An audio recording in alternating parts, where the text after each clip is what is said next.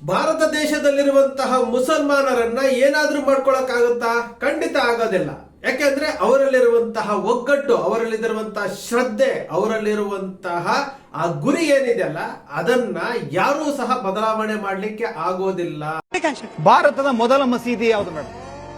ಕೊಡಂಗಲ್ಲೂರಿನಲ್ಲಿ ಒಬ್ಬ ಹಿಂದೂ ರಾಜ ಕಟ್ಟಿಕೊಟ್ಟಂತಹ ಮಸೀದಿ ಭಾರತದ ಕೇರಳದ ಮೊದಲ ಮಸೀದಿ. ಭಾರತದಲ್ಲಿರುವಂತಹ 5.5 ಲಕ್ಷ ಮಸೀದಿಗಳು ಕೂಡ ಹಿಂದೂಗಳ ನೆಲದಲ್ಲಿ ಹಿಂದೂಗಳ ಸಹಕಾರದಿಂದಲೇ ಆಗಿರೋದು. ಯಾವುದು ಕೂಡ ಸೌದಿ ಅರೇಬಿಯಾದಿಂದ ಹೊತ್ಕೊಂಡು ಬಂದಿಲ್ಲ. ಓಕೆ, ಆನಂತರ ಇವ್ರು ಹೇಳ್ತಾರಲ್ಲ 800 ವರ್ಷ ಆಳಿದ್ರು ಅಂತ. ಹಿಂದೂ ಧರ್ಮ ಅಪಾಯದಲ್ಲಿದೆ ಅಂತೇಳಿ ಟಿವಿ ಡಿಬೇಟ್ಗಳಲ್ಲಿ ಇಲ್ಲಿ ರಾಜಕೀಯ ಪಕ್ಷಗಳಿಗೆ ವೋಟ್ ಬ್ಯಾಂಕ್ ಆಗಿ ಮಾಡ್ಕೊಳ್ತಾ ಇರುವಂತಹ ಹಿಂದೂ ಹೋರಾಟಗಾರರು ಇವಾಗ ನೋಡಿ ರಿಪಬ್ಲಿಕ್ ಕನ್ನಡದಲ್ಲಿ ಶ್ರೀಕಾಂತ್ ಶೆಟ್ಟಿ ಅವರು ಮಾತಾಡ್ತಾ ಇದ್ದಾರೆ. ದೇವಸ್ಥಾನಗಳ ಮೇಲೆ ಮಸೀದಿ ಕಟ್ಟಿದ್ದಾರೆ, ಅವರೇನು ಅರಬ್ಬಿಂದ ಬಂದಿದ್ರ ಹಾಗೆ ಹೀಗೆ ಅಂತ ಮಾತಾಡ್ತಾ ಇದ್ದಾರಲ್ಲ. ಭಾರತವನ್ನ ಆಳಿದಂತಹ ಮೊಘಲರಿಗೆ ಅವಕಾಶ ಮಾಡಿಕೊಟ್ಟಿದ್ದು ಯಾರು?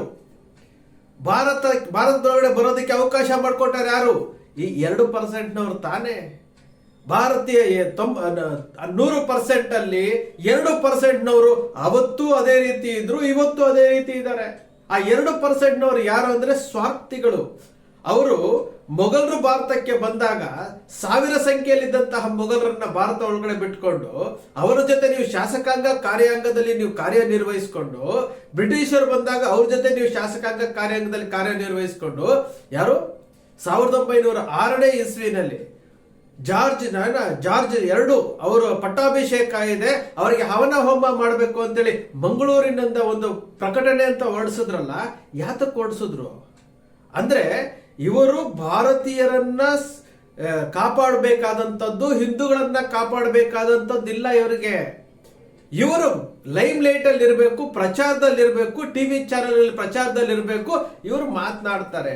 ಮುಸಲ್ಮಾನರ ಒಗ್ಗಟ್ಟು ಹಿಂದೂಗಳಲ್ಲಿ ಬರ್ಲಿಕ್ಕೆ ಆಗುತ್ತೇನ್ರಿ? ಮುಸಲ್ಮಾನರು ಅವರು ಒಂದು ವಿಚಾರವನ್ನ ತೆಗೆದುಕೊಂಡ್ರೆ, ಒಂದು ನಿರ್ಧಾರ ತೆಗೆದುಕೊಂಡ್ರೆ ಇಡೀ ಸಮುದಾಯ ಅದನ್ನ ಫಾಲೋ ಮಾಡುತ್ತೆ. ನೀವೇನ್ ಮಾಡ್ತಾ ಇದ್ದೀರಿ? ಹಿಂದೂ ಧರ್ಮವನ್ನ ನಿಮ್ಮ ವೈಯಕ್ತಿಕ ಲಾಭಕ್ಕೋಸ್ಕರ ಬಳಸ್ಕೊಳ್ತಾ ಇದ್ದೀರಿ. ಹಿಂದೂ ಧರ್ಮವನ್ನ ಓಟಿಗೋಸ್ಕರ ಬಳಸ್ಕೊಳ್ತಾ ಇದ್ದೀರಿ. ಇಡೀ ಹಿಂದೂ ಧರ್ಮ ಇವತ್ತು ಏನಾದ್ರೂ ಒಗ್ಗಟ್ಟಿಲ್ಲ ಅಂತಂದ್ರೆ ಅದಕ್ಕೆ ಮೂಲ ಕಾರಣ ನೀವುಗಳೇ. ಕೇಸರಿ ಶಾಲು ಹಾಕೊಂಡು ಜೈ ಶ್ರೀರಾಮ್ ಅಂತ ಹೇಳೋದಲ್ಲ. ತಪ್ಪುಗಳಾದಾಗ ಅದನ್ನು ಪ್ರಶ್ನೆ ಮಾಡಬೇಕಾಗಿರುವಂತದ್ದು ನಿಮ್ಮ ಕೆಲಸ. ಪ್ರತಿಯೊಬ್ಬ ಹಿಂದೂ ನಮ್ಮವರೇ ಅಂತ ಹೇಳ್ಬಿಟ್ಟು ಮನಸ್ಥಿತಿಯನ್ನ ಬದಲಾವಣೆ ಮಾಡಿಕೊಂಡು ಈ ರಾಜಕೀಯ ಪಕ್ಷಗಳ ಸೋಂಕಿನಿಂದ ಹೊರಗಡೆ ಬರ್ತಿರಲ್ಲ, ಅವತ್ತು ನೀವು ಒಗ್ಗಟ್ಟಾಗ್ತೀರಿ. ನಿಮ್ ಕೈಲಿ ಏನೂ ಮಾಡೋದಕ್ಕಾಗೋದಿಲ್ಲ. ನಿಮ್ ಕೈಲಿ ಏನೂ ಮಾಡಕ್ಕೆ ನೀವು ಹೊರಗಿನ ಜಗತ್ತೇ ಗೊತ್ತಿಲ್ಲ. ನಿಮಗೆ ಹೊರಗಿನ ಜಗತ್ತೇ ಗೊತ್ತಿಲ್ಲ. ಇವತ್ತು ಜಾತಿ ಗಣತಿ ವರದಿ ಬರುತ್ತೆ, ಕರ್ನಾಟಕದಲ್ಲಿ ನಂಬರ್ 1 ಸ್ಥಾನದಲ್ಲಿ ಮುಸಲ್ಮಾನರು ಬರ್ತಾರೆ. 1 ಕೋಟಿಗಿಂತ ಹೆಚ್ಚು ಜನಸಂಖ್ಯೆ ಅವರು ಇರ್ತಾರೆ. ಯಾತಕ್ಕೆ ಅಂತಂದ್ರೆ ಅವರು ಆ ರೀತಿಯಾಗಿ ಒಂದು ಜಾತಿ ಗಣತಿ ಬರಲಿ, ಮತ್ತೊಂದು ಬರಲಿ ಅವರು ಒಗ್ಗಟ್ಟಾಗ್ತಾರೆ. ಚುನಾವಣೆ ಬಂದ ಅಂತಾದಾಗ ನಮ್ಮ ಸಮುದಾಯಕ್ಕೆ ಏನ್ ಅನುಕೂಲ ಆಗ್ಬೇಕೋ ಆ ಪಕ್ಷಕ್ಕೆ ಅವರು ವೋಟ್ ಮಾಡ್ತಾರೆ. ನೀವೇನ್ ಮಾಡ್ತೀರಿ? ಹಿಂದೂಗಳನ್ನ ಡಿವೈಡ್ ಮಾಡ್ತಾ ಹೋಗ್ತಾ ಇದ್ದೀರಿ. ಹಿಂದೂಗಳಲ್ಲಿ ಒಬ್ರಿಗೊಬ್ರು ಭಿನ್ನಾಭಿಪ್ರಾಯ ಮಾಡ್ಕೊಳಕ್ ಹೋಗ್ತಾ ಇದ್ದೀರಿ. ಒಬ್ಬ ಹೆಣ್ಮಗಳಿಗೆ ಅನ್ಯಾಯ ಆಯ್ತು ಅಂತಂದ್ರೆ ಪ್ರಶ್ನೆ ಮಾಡುವಂತಹ ಶಕ್ತಿ ಇಲ್ಲ. ಗೋಸುಂಬೆ ಆಟ ಆಡ್ತೀರಿ, ಬಣ್ಣ ಬದಲಾಯಿಸ್ತೀರಿ. ಹಿಂದೂ ಅಂದ್ರೆ ಹಿಂದೂಗಳಿಗೆ ಅನ್ಯಾಯ ಆಗಿದ್ರೆ ಹಿಂದೂಗಳ ಅನ್ಯಾಯ ಆಗಿದೆ ಇಷ್ಟೇ ಇರಬೇಕು. ನೀವು ನಾಟಕ ಮಾಡಿಕೊಂಡು ಈ ಚಕ್ರವರ್ತಿ ಸೂಲಿ ಮೇಲೆ ಕಿರಿಕೀರ್ತಿ, ಶ್ರೀಕಾಂತ್ ಶೆಟ್ಟಿ ಅಂತವ್ರು ಇವ್ರು ಏನ್ ಮಾಡ್ತಾ ಇದ್ರಿ? ಅಜಿತ್ ಹನುಮಕ್ನವ್ರು ಪತ್ರಕರ್ತರು ಅಂತ ಹೇಳ್ಕೊಂಡು ಮಾಡ್ತಾ ಇರೋದೇನು? ಪತ್ರಿಕೋದ್ಯಮಕ್ಕೆ ಕಳಂಕ ತರುವಂತಹ ಕೆಲಸ ಮಾಡ್ತಾ ಇದ್ದಾರೆ. ರಿಪಬ್ಲಿಕ್ ಕನ್ನಡದವ್ರು ಮಾಡ್ತಾ ಇರೋದೇನು? ಇವರು ಪತ್ರಿಕೋದ್ಯಮವನ್ನೇ ಇನ್ನೊಂದು ರಾಜಕೀಯ ಪಕ್ಷದ ಮಾರ್ಕೆಟಿಂಗ್ ಎಕ್ಸಿಕ್ಯೂಟಿವ್ಗಳಾಗಿ ಬದಲಾವಣೆ ಆಗಿದ್ದಾರೆ. ಪ್ರಶ್ನೆ ಮಾಡ್ಬೇಕಲ್ಲ. ಇಡೀ ಹಿಂದೂ ಧರ್ಮವನ್ನ ಭಾರತೀಯ ಜನತಾ ಪಕ್ಷಕ್ಕೆ ವೋಟ್ ಹಾಕೋರು ಮಾತ್ರ ಹಿಂದೂಗಳು ಅಂತೇಳಿ 100% ಇರುವಂತಹ ಹಿಂದೂಗಳನ್ನ 35% ಇಳಿಸಿರುವಂತಹ ಖ್ಯಾತಿ ಯಾರದ್ರಿ? ಮುಸಲ್ಮಾನರ ಬಗ್ಗೆ ಮಾತನಾಡ್ತೀರಾ? ಕ್ರೈಸ್ತರ ಬಗ್ಗೆ ಮಾತನಾಡ್ತಾ ಇದ್ದೀರಾ? ಪ್ರತಿ ಗಂಟೆ ನಿಮಿಷಕ್ಕೆ ಮತಾಂತರ ಆಗ್ತಾ ಇದೆ. ಎಷ್ಟು ಜನರಿಗೆ ಗೊತ್ತಿದೆ ಇದು? ಗೊತ್ತಿದ್ರೂ ಸಹ ಬಾಯಿ ಮುಚ್ಕೊಂಡು ಸುಮ್ಮನೆ ಕೂತಿದ್ದೀರಿ. ಹಿಂದೂಗಳ ವ್ಯಾಪಾರ, ಹಿಂದೂಗಳ ಉದ್ಯೋಗಗಳನ್ನ ಅನ್ಯದ ಜೈನ ಧರ್ಮದವರು ಕಸಿತಾ ಇದಾರಲ್ಲ, ಇದ್ರ ಬಗ್ಗೆ ಯಾಕೆ ಮಾತಾಡ್ತಾ ಇಲ್ಲ? ಹಿಂದೂ ಧರ್ಮ ಅಂತೆ ಇವರುಗಳಿಗೆ ಬೇಕಾದಂಗೆ ಮ್ಯಾನಿಪುಲೇಟ್ ಮಾಡ್ಕೊಳ್ಳೋದಕ್ಕೆ ಹಿಂದೂ ಧರ್ಮವನ್ನ ಬಳಸ್ಕೊಳ್ತಾ ಇದ್ದಾರೆ. ಇಲ್ಲಿ ನಮ್ಮ ಕಣ್ಣು ಮುಂದೆ ನಡೀತಾ ಇರುವಂತದ್ದು ಮಾತೆತ್ತಿದ್ರೆ ಇಸ್ಲಾಮನ್ನ ಬೈ, ಮಾತೆತ್ತಿದ್ರೆ ಮುಸಲ್ಮಾನರನ್ನ ಟಾರ್ಗೆಟ್ ಮಾಡು. ಇವತ್ತು ಮುಸಲ್ಮಾನರು ನೇರವಾಗಿ ಕರೆಕ್ಟ್ ಆಗಿ ವೇನಲ್ಲಿ ಹೋಗ್ತಾ ಇದ್ದಾರೆ.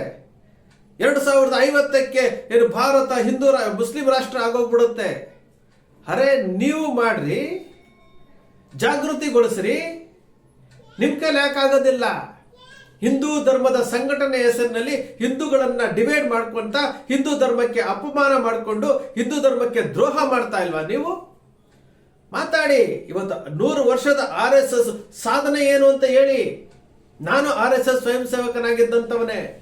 ನಾನು ಕೇಳ್ತಾ ಇದ್ದೀನಿ, ನಿಮ್ಮ ಸಾಧನೆ ಏನು? ಯಾವ ಹಿಂದೂ ಬಡ ಮಕ್ಕಳಿಗೆ ಉಚಿತವಾಗಿ ಶಿಕ್ಷಣ ಕೊಟ್ಟಿದ್ದೀರಿ? ಯಾವ ಭದ್ರತೆ ಕೊಟ್ಟಿದ್ದೀರಿ? ಮತಾಂತರ ಆಗ್ತಾ ಇದೆಯಲ್ಲ, ಯಾಕೆ ಮತಾಂತರ ಆಗ್ತಾ ಇದೀರಿ ಅಂತ ಏನಾದ್ರು ಮಾಡಿದ್ರ? RSS ಅಂದ ತಕ್ಷಣ ನಾವು ಪಥಸಂಚಲನ ಮಾಡ್ತೀವಿ, ಅಲ್ಲಿ ಯಾವುದು ಅತಿವೃಷ್ಟಿ ಆಯ್ತು, ಅಲ್ಲಿ ಹೋದ್ವಿ, ಅನಾವೃಷ್ಟಿ ಆಯ್ತು, ಅಲ್ಲಿ ಹೋದ್ವಿ, ಫೋನ್ ಕೊಟ್ರಿ ಅನ್ನೋದಲ್ಲ. ಒಂದು ರಾಜಕೀಯ ಪಕ್ಷದ ಓಟ್ಗೋಸ್ಕರವಾಗಿ ಕೆಲಸ ಮಾಡೋದಲ್ಲ. ನನ್ನ ಹಿಂದೂ ಧರ್ಮವನ್ನ ನೀವು ರಾಜಕೀಯ ಪಕ್ಷದ ಓಟಿಗೆ ಬಳಸ್ಕೊಳ್ಳುವಂತಹ ಅಧಿಕಾರ ಕೊಟ್ಟವರು ಯಾರು? ಪ್ರತಿಯೊಬ್ಬ ಹಿಂದೂ ಇದ್ರ ಬಗ್ಗೆ ಯೋಚನೆ ಮಾಡಬೇಕು. ಇಲ್ಲಿ ಧರ್ಮ ಮುಖ್ಯ, ದೇಶ ಮುಖ್ಯ. ನೀವೇನ್ ಮಾಡ್ತಾ ಇದ್ದೀರಿ? ಒಂದು ರಾಜಕೀಯ ಪಕ್ಷದ ಓಟಿಗೋಸ್ಕರವಾಗಿ ಧರ್ಮವನ್ನ ಇಟ್ಟು ಇವತ್ತು ಕಾಂಗ್ರೆಸ್ ನಲ್ಲಿರುವಂತಹ ಹಿಂದೂಗಳಲ್ಲ, JDS ಅಲ್ಲಿರುವಂತಹ ಹಿಂದೂಗಳಲ್ಲ, ಆಮ್ ಆದ್ಮಿ ಹಿಂದೂಗಳಲ್ಲ, ಈ ರೀತಿಯಾಗಿ ಡಿವೈಡ್ ಮಾಡ್ಕೊಂಡು ಹೋಗ್ತಾ ಇದ್ದೀರಿ. ಇದು ನಮ್ಮ ಧರ್ಮದ ದುರಂತ. ಮುಸಲ್ಮಾನರಿಗೆ ಒಳಗಡೆ ಬರೋದಕ್ಕೆ ಅವಕಾಶ ಕೊಟ್ಟವರು ನೀವು. ಬೆರಳೆಣಿಕೆಯಷ್ಟು ಇದ್ದಂತ ಮುಸಲ್ಮಾನರು ಭಾರತಕ್ಕೆ ಬಂದಾಗ ಅವತ್ತು ಏನು ಬುದ್ಧಿವಂತರು ಅನ್ನಿಸ್ಕೊಂಡಿರುವಂತಹ 2% ಜನರನ್ನ ಜಾಗೃತಿ ಮೂಡಿಸಿ ಓಡಿಸ್ಬೇಕಾಗಿತ್ತು. ಯಾಕೆ ಓಡಿಸ್ಲಿಲ್ಲ? ಅವತ್ತು ಬಾಬರು ಭಾರತಕ್ಕೆ ದಂಡೆತ್ತಿ ಬಂದಾಗ ಅವರನ್ನ ಓಡಿಸ್ಬೇಕಾಗಿತ್ತು. ಯಾಕೆ ಓಡಿಸ್ಲಿಲ್ಲ? ಅವ್ರ ಜೊತೆ ಸೇರ್ಕೊಂಡು ಅಧಿಕಾರ ಹಂಚ್ಕೊಳ್ತೀರಿ. ಬ್ರಿಟಿಷರು ಭಾರತಕ್ಕೆ ಬಂದಾಗ ಅವ್ರ ಜೊತೆಯಲ್ಲಿ ಅಧಿಕಾರ ಹಂಚ್ಕೊಳ್ತೀರಿ. ಫ್ರೆಂಚರು, ಡಚ್ಚರು, ಪೋರ್ಚುಗೀಸರು ಎಲ್ಲರೂ ಬಂದಾಗ ಅವ್ರ ಜೊತೆ ನೀವು ಅಧಿಕಾರ ಹಂಚ್ಕೊಳ್ತೀರಿ. ಇವತ್ತು ಮಾತನಾಡ್ತಾ ಇದ್ದೀರಿ ಭಾರತ ಅಪಾಯದಲ್ಲಿದೆ, ಹಿಂದೂ ಧರ್ಮ ಅಪಾಯದಲ್ಲಿದೆ ಅಂತೇಳಿ. ಹಿಂದೂಗಳ ಜೀವನ ಶೈಲಿ ಯಾವ ರೀತಿ ಬದಲಾವಣೆ ಆಗಿದೆ ಅನ್ನೋದು ಗೊತ್ತಿದ್ಯಾ ಶ್ರೀಕಾಂತ್ ಶೆಟ್ರೆ ಮತ್ತು ಸೋರೆ? ಇವತ್ತು ಭಾರತೀಯ ಸಂಸ್ಕೃತಿ ಯಾವ ರೀತಿ ಬದಲಾವಣೆ ಆಗ್ತಾ ಇದೆ ಗೊತ್ತಿದ್ಯಾ? ಹಿಂದೂ ಧರ್ಮದ ಆಚರಣೆಗಳು ಯಾವ ರೀತಿ ಬದಲಾವಣೆ ಆಗ್ತಾ ಇದೆ ಗೊತ್ತಿದ್ಯಾ? ಹಿಂದೂಗಳ ನಡೀತಾ ಇರುವಂತಹ ಮದುವೆ ಕಾರ್ಯಗಳು ಇವತ್ತು ಪಾಶ್ಚಿಮಾತ್ಯ ಸಂಸ್ಕೃತಿಗೆ ಹೋಗ್ಕೊಂಡಿದೆ. ಒಂದು ನಾಮಕರಣ, ಒಂದು ಏನು ಬೇಬಿ ಶವರಿಂಗ್ ಅಂತೆ, ನೇಮಿಂಗ್ ಸೆರೆಮನಿ ಅಂತೆ, ಪ್ರತಿಯೊಂದು ವಿಚಾರಗಳು ಸಹ ಪಾಶ್ಚಿಮಾತ್ಯ ಸಂಸ್ಕೃತಿಗೆ ಹೌಸ್ ವಾರ್ಮಿಂಗ್ ಸೆರೆಮನಿ ಅಂತೆ. ಎಲ್ಲವೂ ಸಹ ಹಿಂದೂ ಸಂಸ್ಕೃತಿಯನ್ನ ಹಾಳು ಮಾಡ್ತಾ ಇರೋದು ನಮ್ಮ ಹಿಂದೂಗಳೇ ಹೊರತು ಮುಸಲ್ಮಾನರಲ್ಲ, ಕ್ರೈಸ್ತರಲ್ಲ, ಜೈನರಲ್ಲ. ಹಿಂದೂ ಧರ್ಮವನ್ನ ಹಾಳು ಮಾಡ್ತಾ ಇರುವುದು ನಮ್ಮ ಹಿಂದೂಗಳೇ. ಇದರ ಬಗ್ಗೆ ಯಾರು ಜಾಗೃತಿ ವಹಿಸೋದಿಲ್ಲ, ಯಾರು ಜಾಗೃತಿನೂ ಮಾಡೋದಿಲ್ಲ, ಇದ್ರ ಬಗ್ಗೆ ಹೇಳೋದೇ ಇಲ್ಲ. ಲವ್ ಜಿಹಾದ್ 24/7 ಮುಸಲ್ಮಾನರದೇ ಜಪಾನಿಗೆ, 24/7 ಮುಸಲ್ಮಾನರದೇ ಜಪ. ಅವ್ರು ಯಾರೋ ಪ್ರತಾಪ್ ಸಿಂಹ ಬಂದ ಅಲ್ಲಿ ಮಾತಾಡ್ಕೊಂಡು ಮುಸಲ್ಮಾನರನ್ನ ಟೀಕೆ ಮಾಡೋದು, ಚಪ್ಪಾಳೆ ಗಿಡ್ಸ್ಕೊಳ್ಳೋದು, ಸುಮ್ಮನಾಗೋದು. ಮತ್ತೇನಾಯ್ತು? ಮದ್ದೂರಿನಲ್ಲಿ ಗಲಾಟೆ ಆಯ್ತು, ಚಪ್ಪಾಳೆ ಕಟ್ಸ್ಕೊಂಡು ಸುಮ್ಮನಾದ್ರು. ಮತ್ತೇನಾಯ್ತು? ನಿಮ್ಗೆ ಹಿಂದೂ ಧರ್ಮವನ್ನ ಬಳಸ್ಕೊಳ್ಳಕ್ಕೆ ಅಧಿಕಾರ ಕೊಟ್ಟವ್ರು ಯಾರು? ಶ್ರೀಕಾಂತ್ ಶೆಟ್ರು, ರಿಪಬ್ಲಿಕ್ ಕನ್ನಡ, ಚಕ್ರವರ್ತಿ ಸೂಲಿಬೆಲೆ, ಕೀರ್ತಿ, ಸೋ ನೀವೆಲ್ಲ ಇದ್ದೀರಲ್ಲ, ನೀವೆಲ್ಲರೂ ನಮ್ಮ ಪ್ರಶ್ನೆಗೆ ಉತ್ತರ ಕೊಡ್ತೀಯಾ? ಕೊಡಕ್ಕಾಗುತ್ತಾ? ನಾನು ಕೇಳ್ತಾ ಇದ್ದೀನಲ್ಲ ಪ್ರಶ್ನೆ, ನಿಮ್ಮ ಸಾಧನೆ ಏನು? ಹಿಂದೂಗಳನ್ನ ಒಗ್ಗೂಡಿಸೋದಕ್ಕೆ ನೀವು ಮಾಡ್ತಾ ಇರೋದು ಕೆಲಸ ಏನು? ಏನೂ ಇಲ್ಲ. ಟಿವಿ ಡಿಬೇಟ್ ಚಾನೆಲ್ ಅಲ್ಲಿ ಮುಸಲ್ಮಾನರನ್ನು ನಿಲ್ಲಿಸ್ಕೊಂಡು ಅವರನ್ನ ಟೀಕೆ ಮಾಡೋದೇ ಹಿಂದೂ ಧರ್ಮದ ಸಂಘಟನೆ ಅಂತ ನೀವು ತಿಳ್ಕೊಂಡಿದ್ರೆ ಅದಕ್ಕಿಂತಹ ಮೂರ್ಖತನ ಮತ್ತೊಂದಿಲ್ಲ. ಮುಸಲ್ಮಾನರನ್ನ ಟೀಕೆ ಮಾಡ್ಕೊಂಡು ನಾವು ಹಿಂದೂ ಧರ್ಮವನ್ನ ರಕ್ಷಣೆ ಮಾಡ್ತೀವಿ, ನಾವು ಸಂಘಟನೆ ಮಾಡ್ತೀವಿ ಅಂತ ಪದೇ ಪದೇ ನೀವು ಹೇಳ್ತಾ ಇದ್ರೆ ಅದಕ್ಕಿಂತ ಮೂರ್ಖತನ, ಮುಟ್ಟಾಳತನ ಮತ್ತೊಂದಿಲ್ಲ. 4 ಮದುವೆ ಮಾಡ್ಕೊಳ್ಳಿ. ಅವ್ರು 4 ಮದುವೆ ಮಾಡ್ಕೊಳ್ತಾರೆ, 10 ಜನ ಮಕ್ಳು ಹುಟ್ಟಿಸ್ತಾರೆ ಅಂತಾರಲ್ಲ. ನೀವು 3 ಜನ ಮಕ್ಳು ಹುಟ್ಟಿಸಿ ಅಂತ ಹೇಳ್ತೀರಲ್ಲ. ನೀವೆಷ್ಟು ಜನ ಮದುವೆ ಆಗಿದ್ದೀರಿ? ನೀವೆಷ್ಟು ಮಕ್ಕಳನ್ನು ಮಾಡ್ಕೊಂಡಿದ್ದೀರಿ? ಭಾರತ ದೇಶದಲ್ಲಿ 145 ಕೋಟಿ ಜನಸಂಖ್ಯೆನಲ್ಲಿ 80% ಹಿಂದೂಗಳಿದ್ದಾರೆ. ಆ ಹಿಂದೂಗಳನ್ನೇ ಕಾಪಾಡಕ್ ನಿಮ್ ಕೈಲಿ ಆಗೋದಿಲ್ಲ. ಅಲ್ಲೆಲ್ಲೋ ಭಾಷಣ ಮಾಡೋದಂತೆ, ಆ ಕಲ್ಲಡ್ಕ ಪ್ರಭಾಕರ್ ಭಾಷಣ ಮಾಡೋದಂತೆ, ಮೋಹನ್ ಭಾಗವತ್ ಅವ್ರು ಹೇಳ್ತಾರಂತೆ. ಯಾವ ಹಿಂದೂಗಳಿಗೆ ಅನುಕೂಲ ಮಾಡಿಕೊಟ್ಟಿದ್ದಾರೆ? ಇವತ್ತು ಬಡ ಹಿಂದೂಗಳು ಎಷ್ಟು ಸಮಸ್ಯೆಗಳಲ್ಲಿ ಅನುಭವಿಸ್ತಾ ಇದ್ದಾರೆ ಗೊತ್ತಾ? ಇದರ ಬಗ್ಗೆ ಏನಾದರೂ ಅವ್ರ ಜೊತೆ ನಾವಿದ್ದೀವಿ ಅಂತ ಉಚಿತವಾಗಿ ಶಿಕ್ಷಣ ಕೊಡಕ್ ನಿಮ್ ಕೈಲಿ ಆಗಿಲ್ಲ, ಕಡಿಮೆ ದರದಲ್ಲಿ ಶಿಕ್ಷಣ ಕೊಡಕ್ ನಿಮ್ ಕೈಲಿ ಆಗಿಲ್ಲ. ನೀವು ಮಾತನಾಡ್ತೀರಿ. ಅಲ್ಲಿ ಪ್ರಿಯಾಂಕಾ ಖರ್ಗೆ ಏನೋ ಹೇಳ್ಬಿಟ್ರು ಅದಕ್ಕೊಂದು ಪಥಸಂಚಲನ ಮಾಡು, ಮತ್ತೇನೋ ಮಾಡು.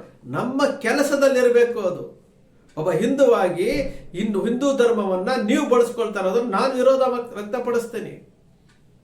ಸ್ನೇಹಿತರೆ, ಸತ್ಯ ಯಾವತ್ತು ಸತ್ಯವಾಗಿ ಇರಬೇಕು. ಅಸತ್ಯದ ದಾರಿಯನ್ನು ತಪ್ಪಿಸ್ಲಿಕ್ಕೆ ಹೋಗ್ಬಾರ್ದು. ಇವರು ಮಾತನಾಡ್ತಾರೆ, ಈ ಅಮಾಯಕ ಯುವಕರು ಇವ್ರ ಮಾತನ್ನೇ ನಂಬಿಕೊಂಡು ಪ್ರಚೋದನೆಗೆ ಒಳಪಟ್ಟು ಜೀವಗಳನ್ನ ಕಳ್ಕೊಳ್ತಾ ಇದ್ದಾರೆ, ಭವಿಷ್ಯಗಳನ್ನ ಹಾಳು ಮಾಡ್ಕೊಳ್ತಾ ಇದ್ದಾರೆ. ನಿಮ್ಮ ಅಕ್ಷರ ಮೀಡಿಯಾ ಸೃಷ್ಟಿ ಮಾಡೋದಿಲ್ಲ, ಕಲ್ಪನೆ ಮಾಡೋದಿಲ್ಲ. ತಪ್ಪುತ್ತಿರುವಂತಹ ವ್ಯವಸ್ಥೆಯನ್ನ ಸರಿದಾರಿಗೆ ತರುವಂತಹ ಪ್ರಾಮಾಣಿಕ ಪ್ರಯತ್ನ ನಿಮ್ಮ ಅಕ್ಷರ ಮೀಡಿಯಾ ಮಾಡ್ತಾ ಇದೆ. ಸ್ನೇಹಿತರೆ, ನಿಮ್ಮ ಅಕ್ಷರ ಮೀಡಿಯಾ ಸೃಷ್ಟಿ ಮಾಡೋದಿಲ್ಲ, ಕಲ್ಪನೆ ಮಾಡೋದಿಲ್ಲ, ವಾಸ್ತವದ ವಿಚಾರವನ್ನು ವಿಶ್ಲೇಷಣೆ ಮಾಡುತ್ತೆ. ನಿಮ್ಮ ಅಕ್ಷರ ಮೀಡಿಯಾದ ವಿಶ್ಲೇಷಣೆ ನಿಮ್ಗೆ ಇಷ್ಟ ಆಯ್ತು ಅಂದ್ರೆ ಸಬ್ಸ್ಕ್ರೈಬ್ ಆಗ್ಲಿಲ್ಲ ಅಂದ್ರೆ ಸಬ್ಸ್ಕ್ರೈಬ್ ಮಾಡ್ಕೊಳ್ಳಿ. ಪಕ್ಕದಲ್ಲಿ ಕಾಣುವಂತ ಬೆಲ್ ಐಕಾನ್ ಪ್ರೆಸ್